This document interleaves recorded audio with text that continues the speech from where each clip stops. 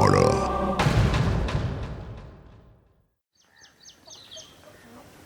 অষ্টমঙ্গলার থেকে ফেরার পরের দিন প্রথমবার ব্যাপারটা খেয়াল করল শম্পা। ঘুম থেকে উঠে কলতলায় বালতিতে জল ভরছিল। হঠাৎ মুখ তুলে দেখে শাশুড়ি ওর দিকে হাঁ করে তাকিয়ে আছেন। মুখের ভাবটাও কেমন যেন। বৌমা, তুমি তুমি এটা কিভাবে সিঁদুর পড়েছ? জিভ কাটে শম্পা। যা ভেবেছে ঠিক তাই। স্বপনের সব বিষয় বাড়াবাড়ি। শম্পা মনে মনে বলে, মিনসের খিদে মেটে না, নিশ্চয় সিঁদুরটা ঘেটে দিয়েছে। দৌড়ে ঘরে এসে আয়নায় মুখ দেখে শম্পার ভুরু কুঁচকে যায়। কই, সিঁদুর তো ঘাঁটেনি, বরং... আরে, আমি তো এত মোটা করে সিঁদুর পরি না, এটা কিরকম ভাবে হলো? ও খেয়াল করেনি স্বপন কখন পিছনে এসে দাঁড়িয়েছে। মাথায় 2 আঙুল মোটা সিঁদুরের দিকে তাকিয়ে ওরও ভুরু বেঁকে গেছে। তুই তুই এরমভাবে কবে থেকে সিঁদুর পড়ছিস? না, মানে আমিও ঠিক পরিষ্কার করে কিছু বলতে পারে না শম্পা। পরিষ্কার করে কোনোদিনই কিছু বলতে পারে না ও। এই যেমন ইচ্ছে অনিচ্ছে কিছু বোঝার আগেই পাশের গ্রামের বছর 20 বড় একটা লোকের সাথে ওর বাপ বিয়ে দিয়ে দিল। লোকটার আবার দ্বিতীয় বিয়ে। আগের বউ নাকি কার সাথে পালিয়েছে। এরকম এক লোককে কন্যাদান কেন? না, উপরি কিছু চাইছে না তাই। তবে পরিষ্কার করে কিছু বলতে না পারলেও হাতের কাজ বেশ পরিপাটি শম্পার। সংসারে মানুষ বলতে শাশুড়ি আর স্বপন। বিয়ের সপ্তাহখানেকেই সংসারের সমস্ত দায়িত্ব ওর কাঁধে অম্লান বদনে চাপিয়ে দিয়েছে ওর শাশুড়ি মা। সব কিছু হাসি মুখে সামলায় শম্পা। স্বপন লোকটাও মন্দ নয়, সমস্যা একটাই, সারা দিন ছুকছুক। আগের বছরই উচ্চ মাধ্যমিক পাশ করেছে শম্পা। কলেজে ভর্তি না হলেও গ্রামীণ ট্রেনিং সেন্টারগুলোয় কিছু একটা শেখার ইচ্ছে ছিল ওর। সে কথা স্বপনকে বলতে তার সে কি রাগ। কি শিখবি আবার? বাড়ির বউ ঘরদোর নিয়ে থাক না, তারপর বছর ঘুরতে ছেলে হলে ওকে কে সামলাবে? একটু চমকেই উঠেছিল শম্পা।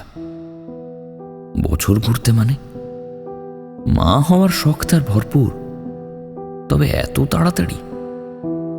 এই তাড়াহুড়ো এরপর থেকে প্রতিদিন রাতেই ও টের পেত।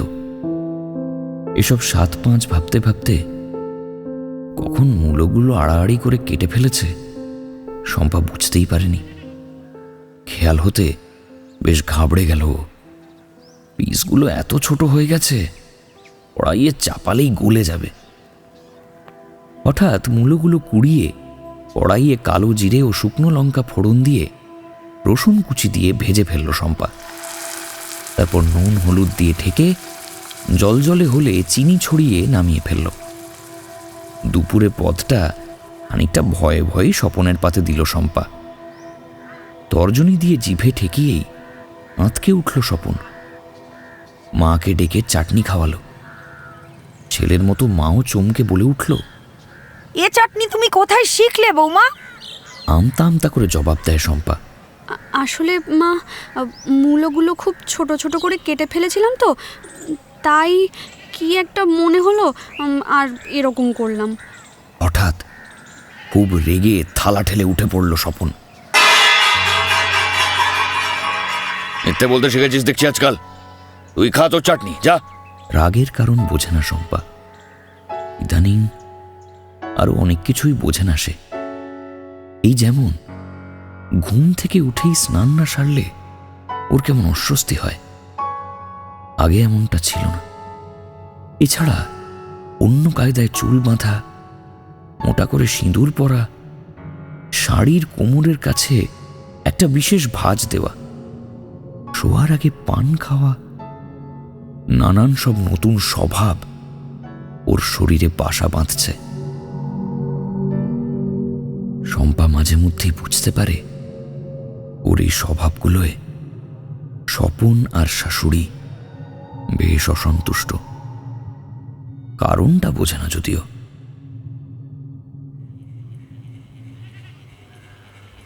দুপুরের কাজ সেরে কলতলা ধুয়ে ঘরে বসে এসবই ভাবছিল শম্পা। চুল আঁচড়াবে বলে আয়নার সামনে এসে বসল।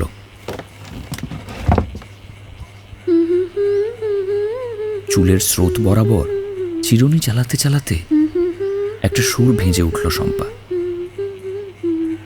একটা খুব চেনা চেনা সুর। এমন অবস্থায় আয়নায় চোখ যেতেই কেঁপে উঠল। এটা তো ওর মুখ নয়, এ কাকে দেখছে ও? পানপাতার মতো চোখ, ঠোঁট ভেজা হাসি মুখে, এটা কে তাকিয়ে আছে ওর দিকে?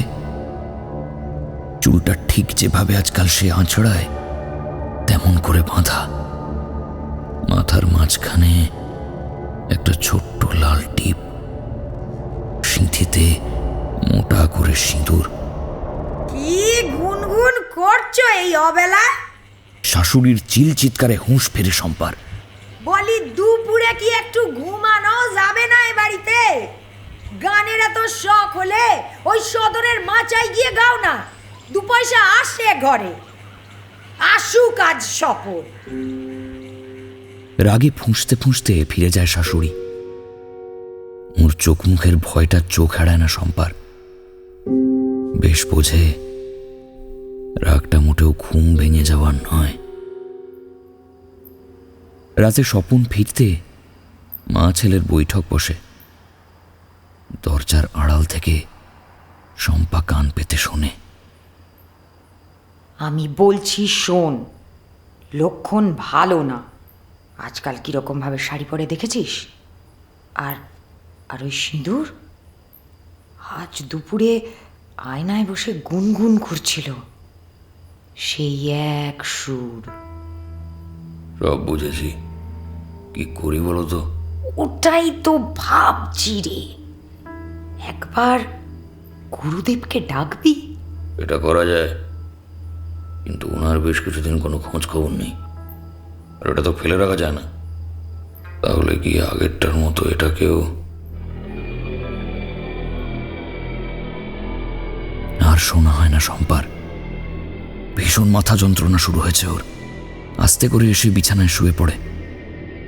ঘুমের মধ্যেও দেখে সে শুয়ে আছে বিছানায়, তার উপর ঝুঁকে আছে বিশাল দেহী এক পুরুষ। হঠাৎ সেই পুরুষ ওর শাড়ির আঁচল খুলতে শুরু করে। ভয়ে ঘৃণায় চিৎকার করতে গিয়ে সে দেখে ওর মুখ গামছা দিয়ে বাঁধা, ওর হাত পাও। ওর শরীরের আশেপাশে জ্বলছে একগুচ্ছ ধূপকাঠি। সারা শরীরে একটা তরল পদার্থ মাখানো হয়েছে তার, অসহ্য দুর্গন্ধ। ঘরে এক কোণে দাঁড়িয়ে হাত জোড় করে আছে স্বপন আর তার মা। এবার সেই অচেনা পুরুষটি তাদেরকে বেরিয়ে যেতে বলে। তারপর ওর কানের কাছে মুখ এনে বলে, দোষ তোর নয় মা, দোষ ওই স্বপনের। ওর দোষ আছে, কিন্তু ওষুধটা তোকে খাইয়ে দেয়। ওষুধ খাওয়ানোর নাম করে যা হয়, সেই বিভৎসতায় ঘুম ভেঙে যায় শম্পার। ঘামে জবজবে শাড়িতে উঠে বসেও পাশে তখন নিশ্চিন্তে ঘুমাচ্ছে স্বপন। এরপর যত দিন যায় তত শরীর ভাঙতে থাকে শম্পার। সারাদিন গা ম্যাজ ম্যাজ করে, বিছানা ছেড়ে উঠতে ইচ্ছে করে না। তাও সংসারের সব কাজই ও সামলায়। তবে ওর মনে হয় ও যেন কিছুই করে না, কেউ যেন ওকে দিয়ে করিয়ে নেয়।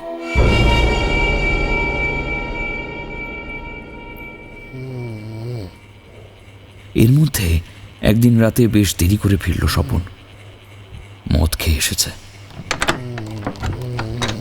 যখন শম্পা ঘরে ঢোকে তখন স্বপন অন্যদিকে ফিরে শুয়ে আছে। চুল খুলে শুয়ে পড়ল শম্পা। সারাদিনের ক্লান্তি চোখে নেমে আসতে দেরি হলো না। ঘুম ভাঙল স্বপনের ঠেলায়। শম্পা দেখল হাঁটুতে ভর দিয়ে ওর দিকে তাকিয়ে বসে আছে স্বপন। শাড়িটা খোল, এদিকে আয় বলে ওর দিকে ঝুঁকে এলো স্বপন। আলতো ধাক্কায় ওকে সরিয়ে পাশ ফিরে শোলো শম্পা। শরীরটা ভালো নেই, আজ না। হঠাৎ ওর গালে একটা ভীষণ চড় কষালো স্বপন।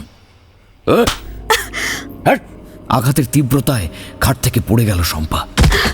স্বপন লাফিয়ে নেমে এলো ওর সামনে। নাগাম হচ্ছে, শরীর ভালো নেই, সাজুগুজু করার সময় শরীর ঠিক থাকে বল, হ্যাঁ? টিপটা পড়েছে থাকো না বলে শম্পার কপালের মাঝখানে টিপটার দিকে হাত বাড়ালো স্বপন। সঙ্গে সঙ্গে ঘটে গেল এক অদ্ভুত ঘটনা। তড়িৎ বেগে ওর ডান হাতের মধ্যমা আর তর্জনী মুচড়ে ভেঙে ফেলল শম্পা। কিন্তু ও স্পষ্ট বুঝল এই কাজটা যেন ঠিক ও করল না। এটা কি করলি? হাত তোর হচ্ছে, থাম! একটা অচেনা কণ্ঠস্বর বেরিয়ে এলো শম্পার গলা চিরে। কি করবি? গলা কেটে কুয়োতে ফেলে দিবি? দিয়ে বলবি কারোর সাথে পালিয়ে গেছে? আঁতকে ওঠে স্বপন। ভয়ের চোটে দু হাতে ভর দিয়ে পিছোতে থাকে। ভাঙা আঙুলে চাপ লাগতে কোঁকিয়ে ওঠে আবার। শম্পা বলে ওঠে, কই যাবি? হ্যাঁ, তোর ওই গুরুদেবের কাছে? ওটাকে 1 সপ্তাহ আগে কেটে নদীতে ফেলে দিচ্ছি। কি খবর পাসনি? এ কথায় স্বপন একদম জমে গেল মাটির সাথে। তুই কে? কি জানা বলছিস? কাকে মেরেছিস? কেন? তোর ওই গুরুদেবকে, যেটা কি আমার উপর ছেড়ে দিছিলি? আমি বাঁচা কি না?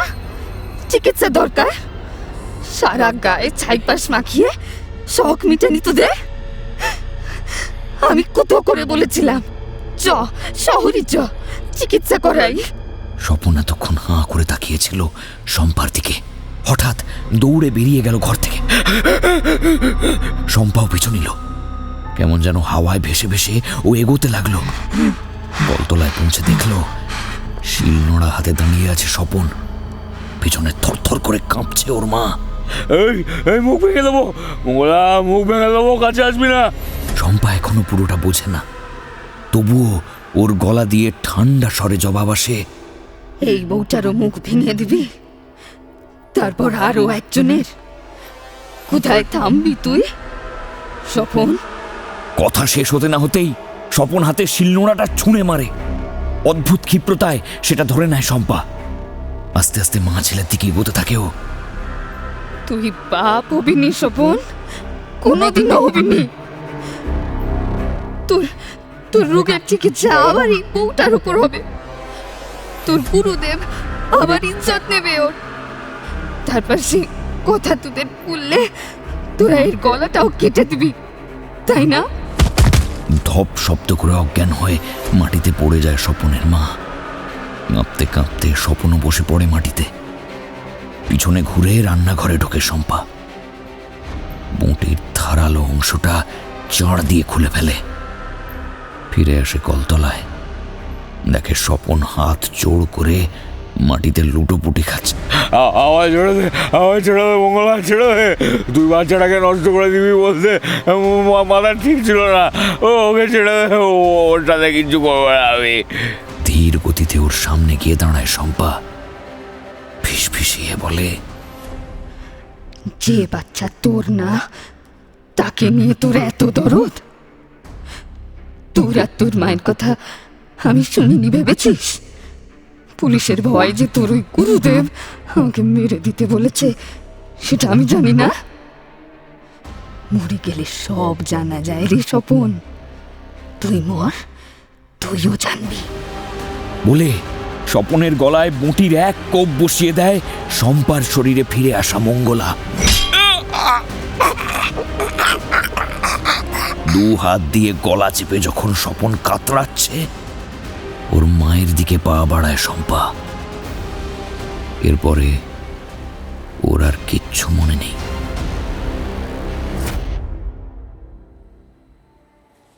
যখন ওর জ্ঞান ফেরে তখন জেলের হাসপাতালে শুয়ে আছে শম্পা। সিস্টার এসে ওর জ্ঞান ফিরেছে দেখে ডাক্তারকে ডাকে। ডাক্তার ওকে দেখে যাবার পর সিস্টার ওর পাশে বসে।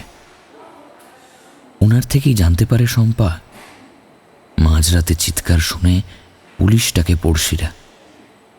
পুলিশ যখন ওদের বাড়ি পৌঁছয় তখন সারা শরীরে রক্ত মেখে কাঁপছিল শম্পা, আর পাশে পড়েছিল স্বপন আর তার মায়ের দেহ।